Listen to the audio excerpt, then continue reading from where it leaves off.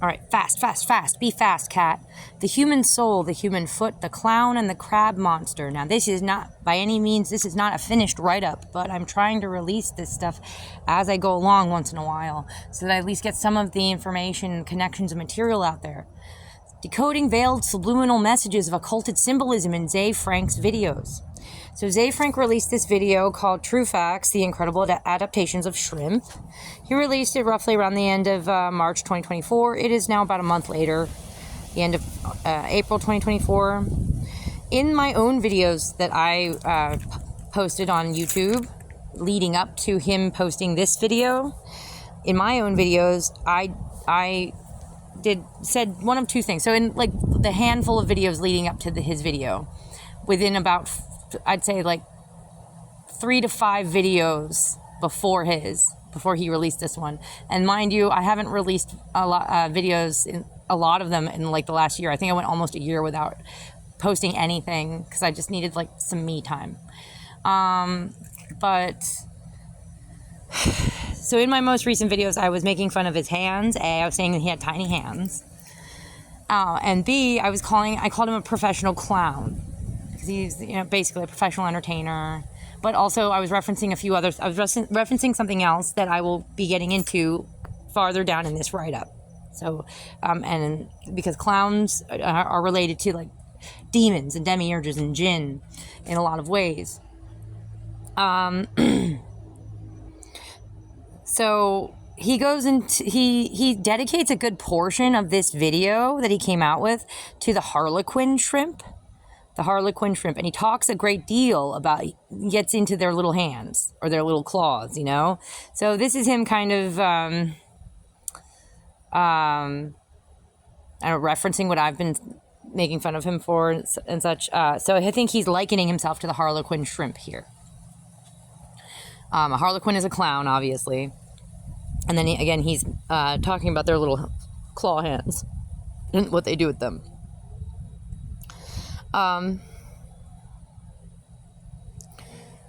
So crabs, crustaceans, or animals with these little shrimps, crayfish, crustaceans, crabs, animals with these sort of hard exoskeletons, these sort of the bugs of the sea, essentially. They actually they symbolize, at least in Hermetic astrology, in the astrological body, they represent the heart. So yeah, let's get into it a little bit more, and how this is all connected to the Little Mermaid, to Melusine, to the Abrasics, how Ze Frank worships the Abrasics. So crabs and crustaceans like shrimp have often been used to represent an obstacle between the heroine and her goal, victory, soul, and humanity. So in lots of stories, if you pay attention, crabs or something similar like a lobster or crayfish of some sort will represent an obstacle between the heroine, the good girl, like the good girl sort of, and her getting to her goal, which is usually something along the lines of she represents sort of the individual soul, the goodness and innocence of the individual soul, going back to the oversoul, to the great light sort of that we came from. And he's sort of an obstacle in that way. For example, in Disney's The Little Mermaid, Sebastian the crab, was tasked with preventing Ariel, the Little Mermaid, from going up to the human world. Now, if you guys know anything about the first Little Mermaid story, written by Hans Christian Andersen, then you know that in the original story, it said that human beings live for only 100 years, and we have human souls that go to heaven. So our souls live on eternally, but the flesh body dies after like 100 years. But mermaids, however, it said in the original story, mermaids live for 300 years. However, they do not have an immortal soul. So they just perish. They turn to sea foam after they've lived for 300 years. And sort of by the end of that story, the Little Mermaid was like really hadn't even earned her human soul quite. She was on her way to earning it, I guess. But if you follow that story, Hans Christian Andersen's story of the Little Mermaid, he's basically equating human feet, having feet and legs, really specifically feet.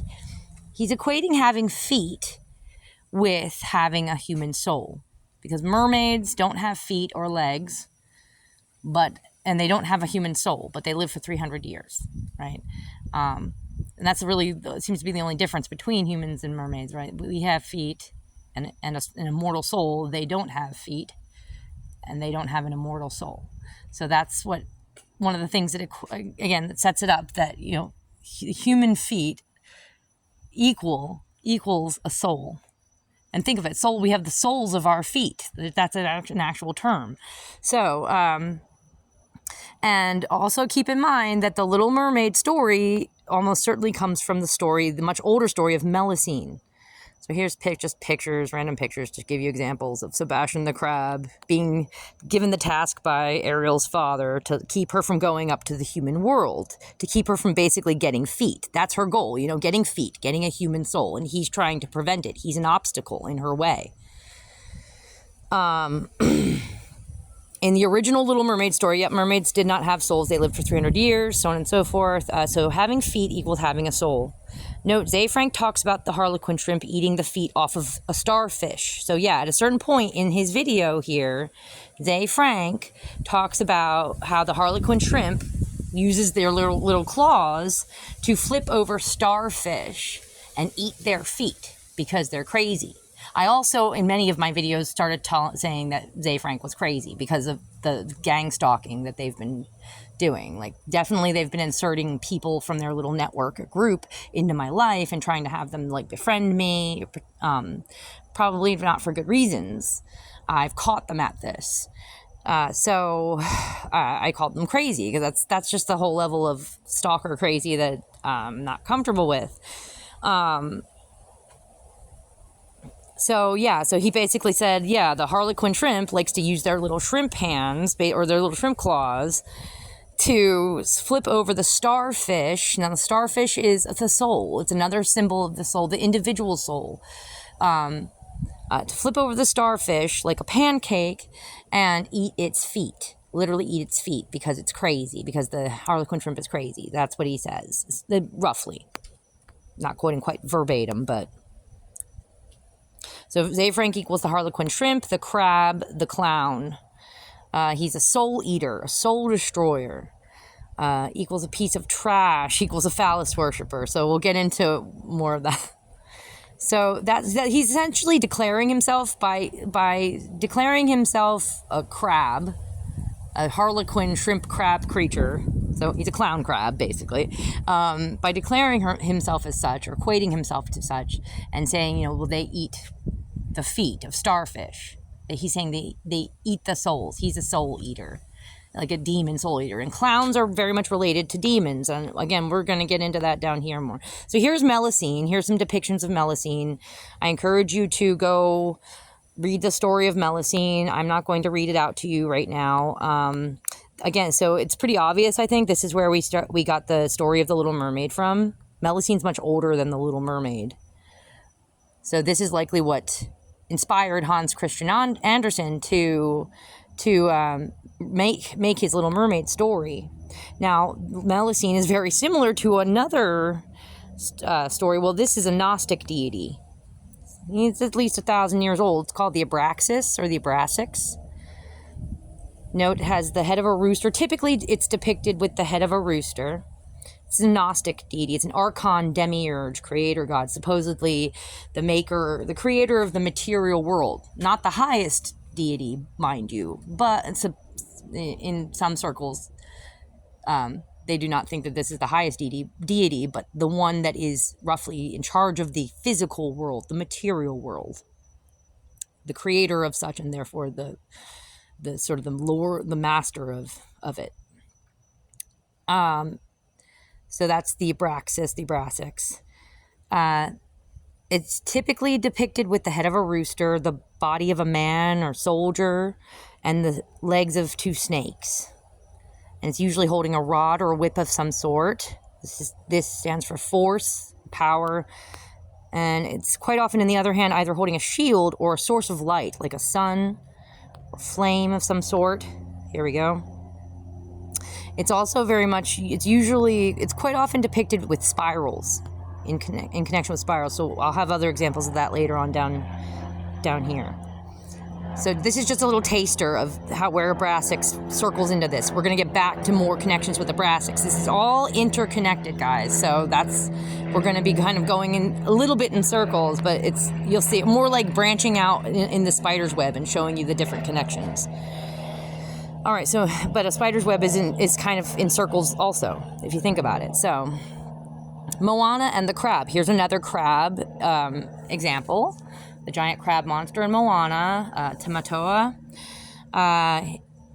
She represents like this innocent, the individual soul, innocent soul, childlike, wanderer, explorer, courage often in a lot of ways.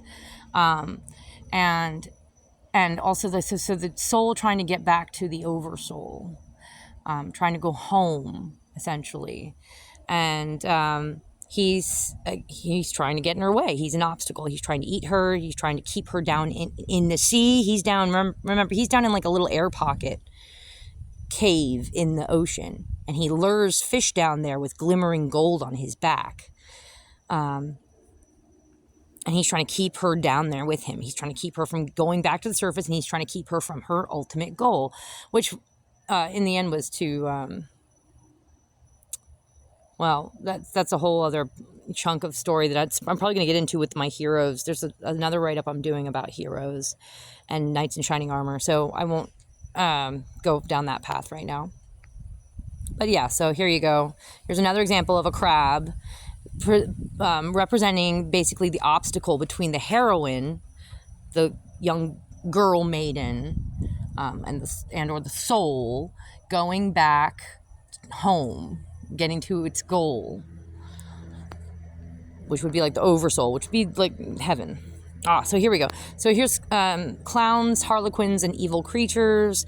So I'm just going to say that there's a ton of material out there that draws connections between the history of clowns, jesters, harlequins, and evil spirits like Nephilim, demons, and jinn, etc. So I'm giving you right here just an example of one video you can look up on YouTube. There's lots of videos out there actually of people talking about the connections, so many connections that you can make between clowns and harlequins and mimes and evil spirits, evil creatures, demon creatures. I'm particularly interested in the color coding that we see with these. That's usually red, white, blue, yellow, black. And sometimes, so the blue and the black are interchangeable, and the yellow and gold are interchangeable. But these are primary colors. So it's not green, and it's not a lot of green or purple or orange. It's typically more red, white, blue, and or black, plus yellow and or gold. Those two are, those are interchangeable. Because yellow and gold represent the same thing typically, and the blue and the black represent the same thing. Like the blue and the black, for example, represent the sky, because the sky can be both. It can be blue sometimes, it can be black sometimes. Yellow and gold represents usually the sun, or light or fire of some sort. So they're interchangeable, as I said. All right. So again, these are some older examples of harlequins, clowns, and you can see that they usually have the same color coding: white, red, blue, and then usually some yellow or gold in there. There might be a tiny bit of green or purple or orange, but predominantly, overwhelmingly, it's the primary colors. It's red, white, blue, yellow. You can see it there, you can see it there. There. Here are some more recent versions. Oh my goodness, here we go. Some proper demon clown things. Yeah, so this should give you a better idea. There's a reason why we're scared of these things. Also, they share the same kind of color coding and the creepy vibes as the vampire and the vampire myth. You typically see the same color coding: blue, black, white, red, and yellow or gold.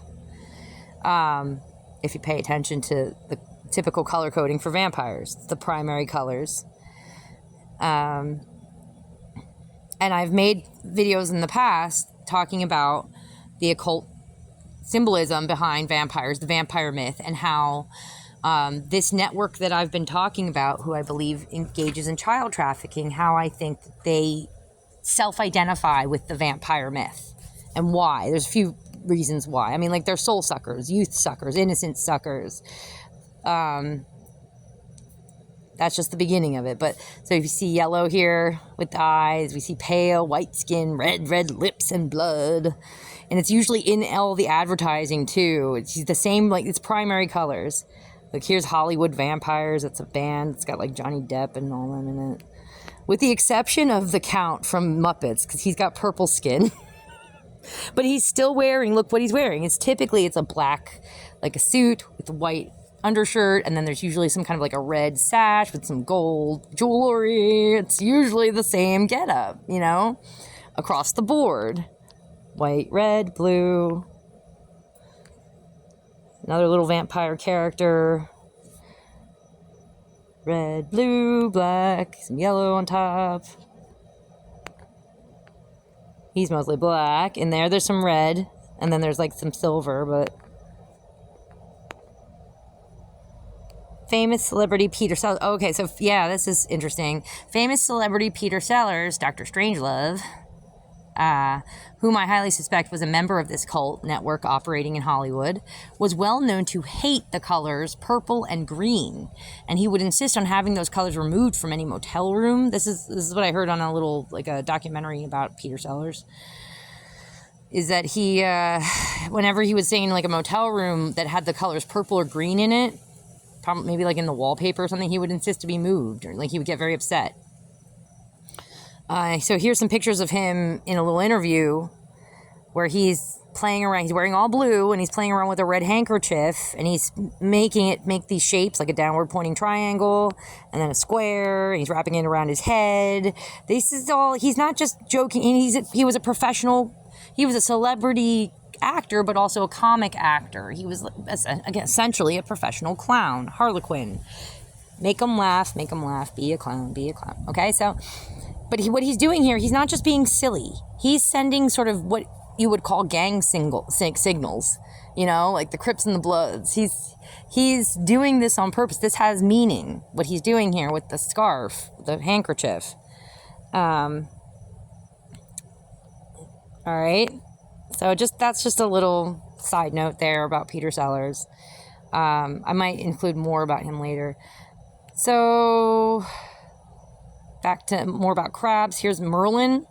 I don't know if you guys remember The Sword in the Stone, Disney's The Sword in the Stone, the face-off between Mim and Merlin.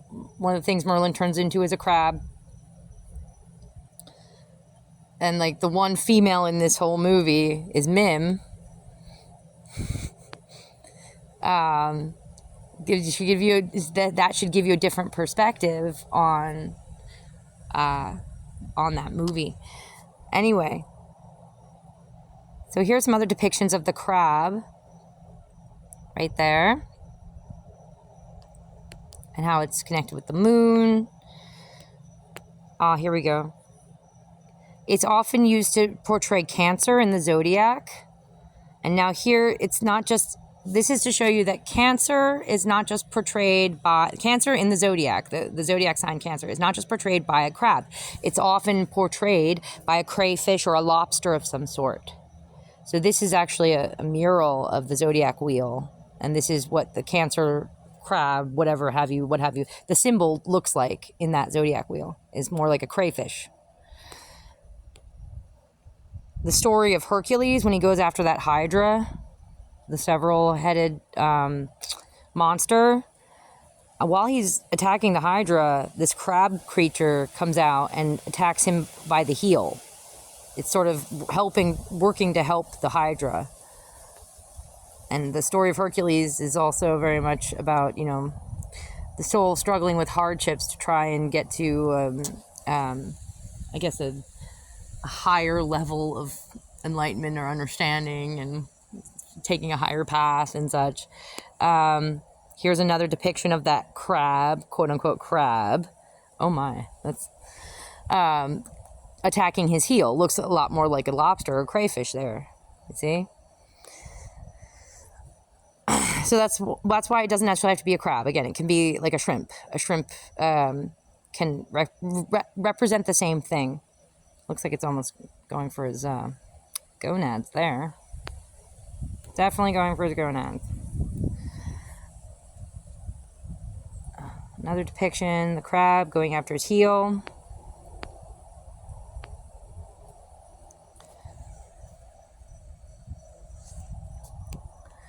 Crab sort of like being inside of a sort of a 4-leaf clover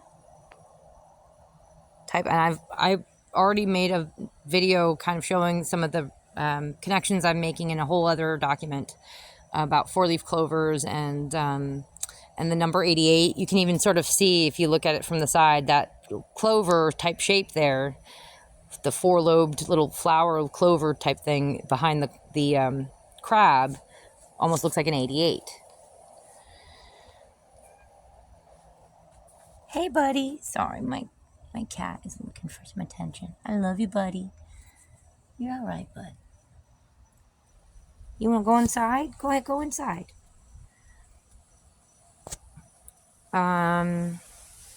We also get the word carcinogens from the crab. Carcinus or carcinos. We get the word carcinogens from that. Carcinogens, for those of you who don't know, those are bad chemicals that make us sick. That you can accidentally eat or drink, or you can be exposed to carcinogens in all kinds of ways. So here's the astrological. What is the word I'm looking for? The thing in the sky. It shows this is the crab. This is Cancer, the crab. This is what it looks like. Dang, why is it? I just used this this word yesterday in the class I was teaching. Anyway, the constellation. There it is. That's the constellation. This is what the constellation of Cancer looks like in the sky.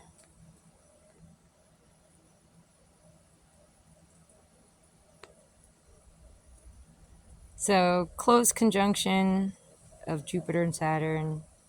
I won't get into any of that. I'll let you guys, you can read it on your own. You can just pull it up on Wikipedia. Here's another good one. Monsters, Inc.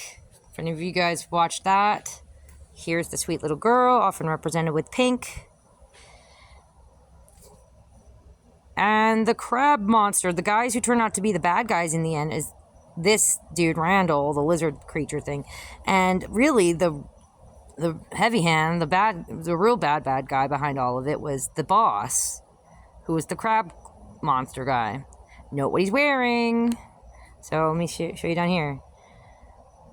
Black, white, red. And it's usually like a little tuxedo vest type thing,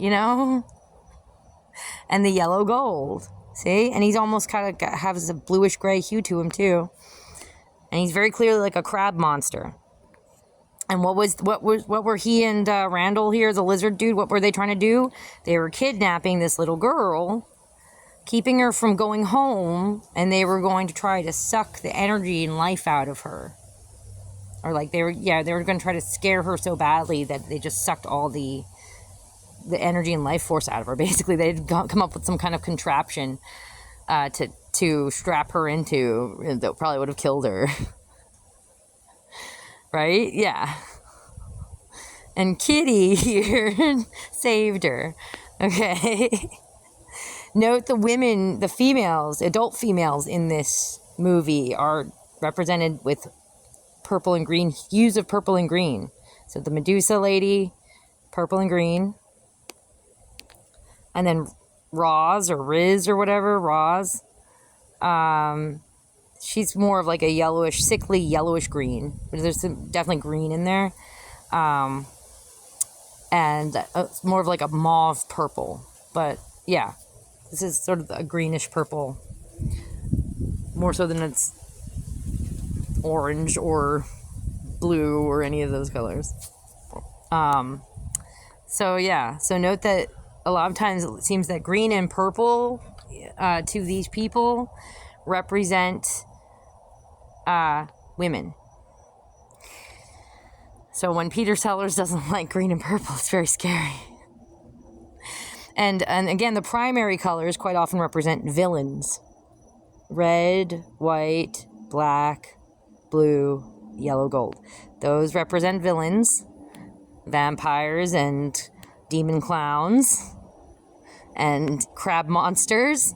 And pink, quite often, pinks and purples and greens quite often represent sweetness, innocence, little girls, the human soul, things like that.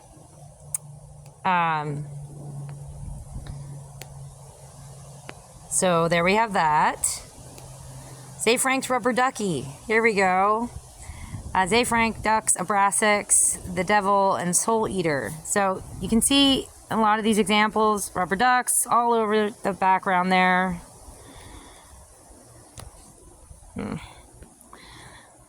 There's duck. Trying not to have his face in the frame too much. I don't want to hear whining. There's another rubber ducky in the background. He's got them all over, and it's kind of his little logo too. Here's a sort of a logo it looks like he came up with, or someone came up with for him, designed for him. This is associated with him. Sports racers, he would call people sports racers, or he calls his audience sports racers in some of his first videos on YouTube. So rubber ducky. Here's another one. It's another one associated with Zay. Sports racer. What's your power move? Oh, here we go. Here's a good one. We're gonna we're circling back to the Abrasax now. Okay. Then there's this Ze Frank's Celebriduck. Did you guys know that these existed? They're called Celebriducks, celebrity ducks, celebrity rubber ducks. And there's a rubber duck out there that's made to look like Ze Frank. It's made to look like Ze Frank with Down syndrome. Now pay attention to the heart with two ducks kissing in it. Pay attention to what he's holding. So he's holding like a little circular ball of light, ball of yellow light, like a sun almost. And he's got a little pointy finger there. Isn't that interesting? And a little 5-pointed pink cherry blossoms on his shirt. This is all very significant. And he's wearing the primary colors too. He's wearing blue, red, white. He's got the yellow. But he does have the little pink cherry blossoms, little pink flowers. So, here's some more pictures of it, just so you can see the packaging it comes in and that it's legit. This thing exists. This is an actual toy.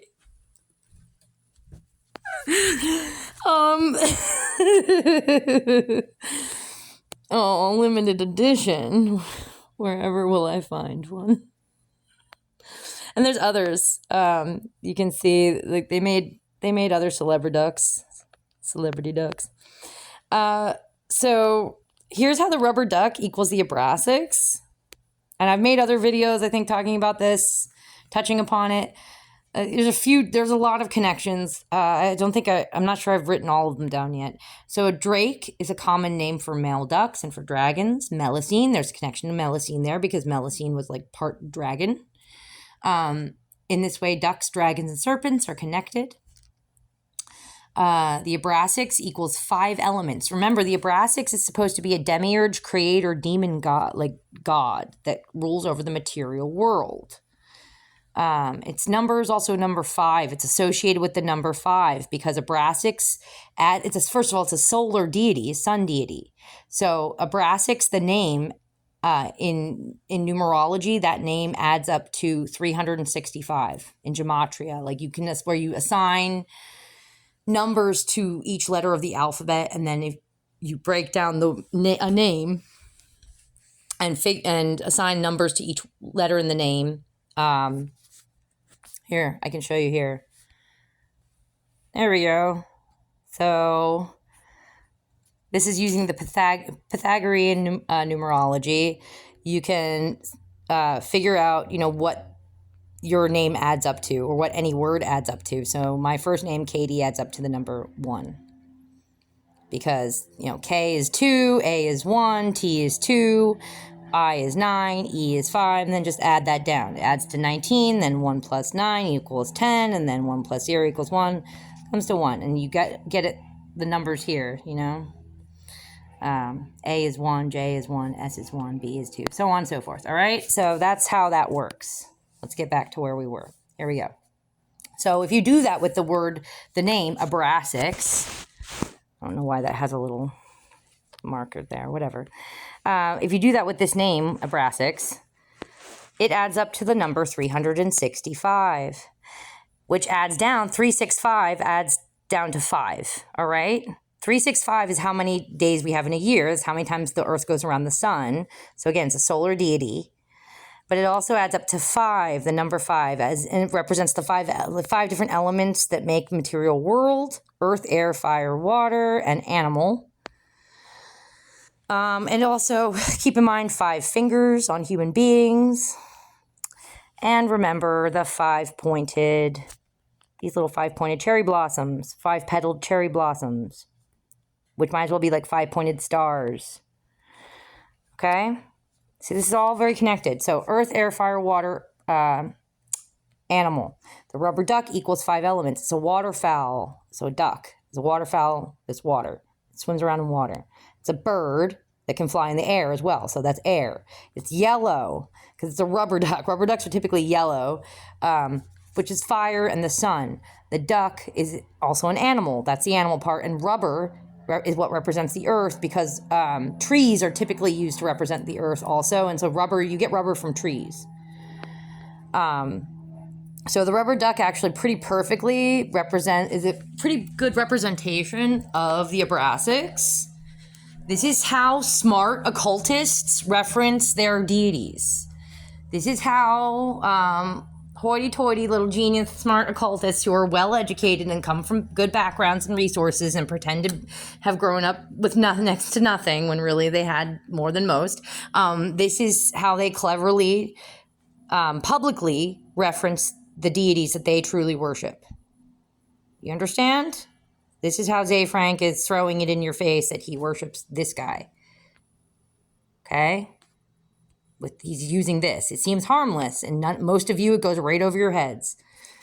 But that's what he's doing. So, and if you don't believe me, look.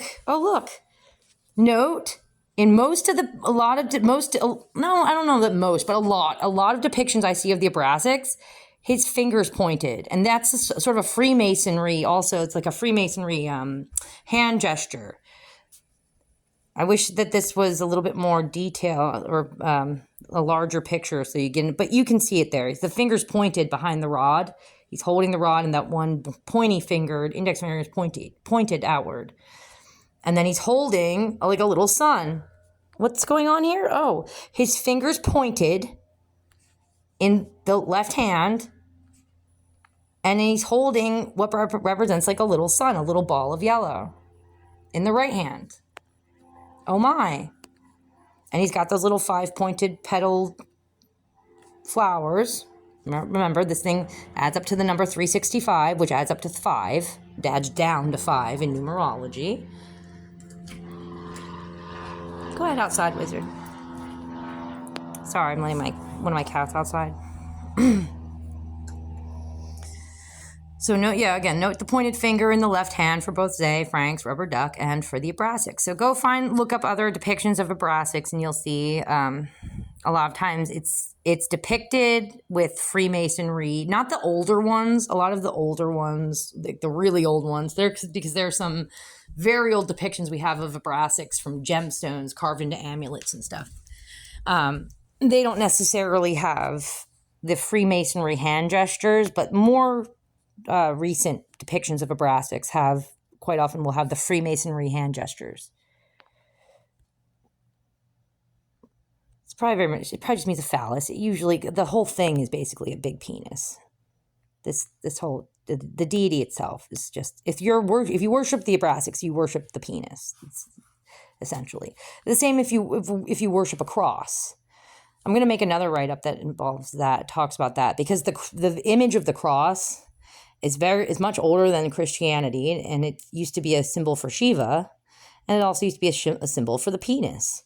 So just saying. This also makes the way he's holding the whip rod here. It also makes what is it called, the Ankh or something from ancient Egypt, that thing that represents the eternal life. And we'll get into that. I'm gonna add that in later, I think, and I'll make a whole other video going over all of this again. The idea is to refine this and get it down pat so that I can get it out there faster and faster.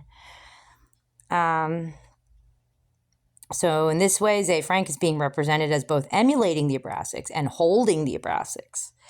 He also now represents a light bearer like the Abrasics. Remember, keep in mind, the light bearer is the material realm. It is not the light. The bearer of the light is not the light. Okay? It is the material that holds the light. Yeah. So without getting into that too much, the light bearer is not the same as the light. The crab equals the heart. We're circling back to the crab a bit. So here you can see, I'm showing you some depictions of Hermetic astrology and showing you the astral body as it's often depicted. So you can see all the zodiac signs and where they are represented on the human body, or typically thought to be represented on the human body. And again, we see the heart being represented by a crab-type creature. This is more like a crayfish or a lobster, but it's the same essential thing. You can see like the Libra is the scales. That's usually like the kidneys or sometimes the reproductive organs. And then Sagittarius is quite often like, or Scorpio. See, that's the thing, is I've seen these kind of switched around. Often fish are the feet, but I've seen sometimes Scorpio representing the genitals. But then in this one, it looks like Sagittarius is. Maybe Sagittarius is representing like more of the legs. Yeah, see, Scorpion is the genitals. Libra is the reproductive organs and or kidneys. Here we go again. See, crab is sort of in the heart area. But here you could also say maybe the lion, Leo, is also in the heart area. So crab, Cancer, representing the heart. Crab, Cancer, creature, crayfish creature, representing the heart. Again, right here.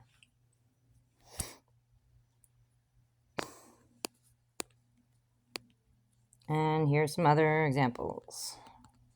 Crab in the heart area.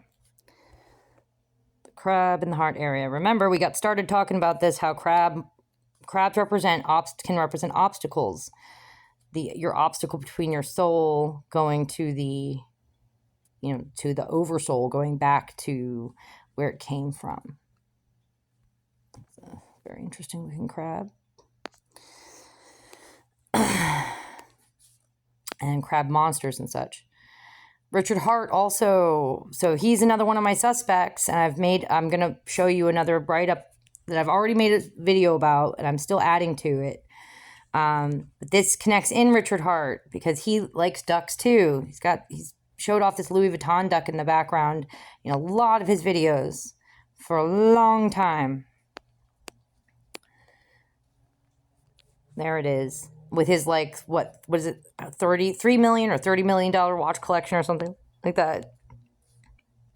Ridiculous amount of money he's spent on watches, on timepieces. I've made connections between his project Hex and Kronos, who represented time, the god Kronos. Anyway, so I'm going to get more into how Richard Hart connects back into this. Richard James Schuler. He's definitely part of this network, as is Ze Frank. So yeah, all these examples where you see the duck in the background. And there's a lot more in here that's, cult symbolism network, symbols of this network. Duck spirals in the Abrasax. So did you know that ducks have a spiral penis with little thorns sticking out of it? Looks pretty satanic to me. Yeah, it's true. Ducks have a little spiral penis, little corkscrew penis. So spirals are often associated with the material world because spirals are built into the material world. I made a video over a year ago. I think I made like at least 2 videos making this connection between spirals and the material world and the Fibonacci sequence. Look up Fibonacci sequence and Fibonacci spiral and how the Fibonacci spiral is built into the material world. It's in a lot of things all around us. It's, you know, spirals are built into this world. It's in our DNA. It's the way our our DNA is spiraled. Our fingerprints are spiraled. There's a lot of spirals out there. The way flowers and pine cones and such grow, it's a spiral. So it's associated with the Abrasax too, with the demiurge demon creature that supposedly rules over the material world. There's a little duck penis for you. There you go. Ugh, spiky. Those poor ladies. Poor lady ducks. Can you imagine? I don't want to imagine. No, thank you. So yeah, there's that. There's another way. So there's another connection between, so remember, I'm connecting the rubber duck. Remember the rubber duck with the Abrasax. Ze Frank's little rubber ducky with the Abrasax. And here's another connection of the duck with the Abrasax, with the material realm, with spirals. And here are pictures, depictions of the Abrasax. This one actually shows sort of a depiction of the Abrasax connected with the heart because the snakes are forming sort of an upside down heart here and an X, crossed X. But here's spirals. Quite often you see the Abrasax depicted with coiling, spiraled snake legs. Spiral, coil right there. Or a lot of times the whip will be spiraled. Spirals, coils. This is Abrasax. There's a heart and a spiral, coil spiral. See the heart being right there in the direct center there? Made sort of a heart and a spiral and almost an 8, a figure 8.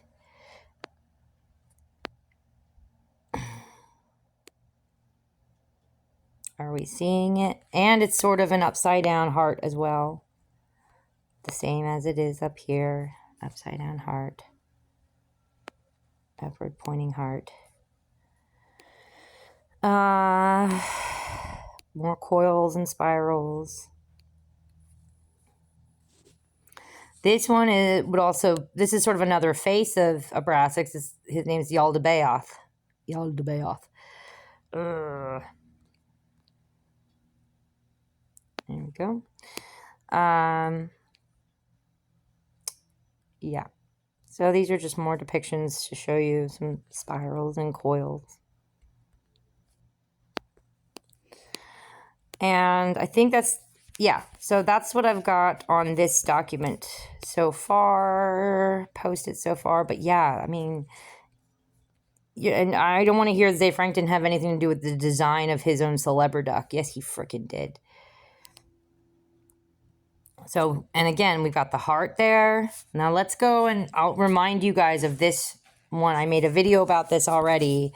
I have to add more to it. I have to get into more detail about this, but I started making a video talking about connections with the heart, numbers that it's connected to, animals that it's connected to, plants, so on and so forth. So it's connected to the numbers 2, 22, 4, 88, 8, swans. Why? Because it makes a heart. It's connected to 22 because 2 and 2 put together, facing each other, make a heart. Swans, the soul. So go back and find this video. I released it not very long ago.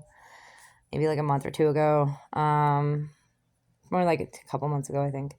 It's very much connected in with 4-leaf clovers. 88. See, when you put 2 hearts facing each other and you overlap them,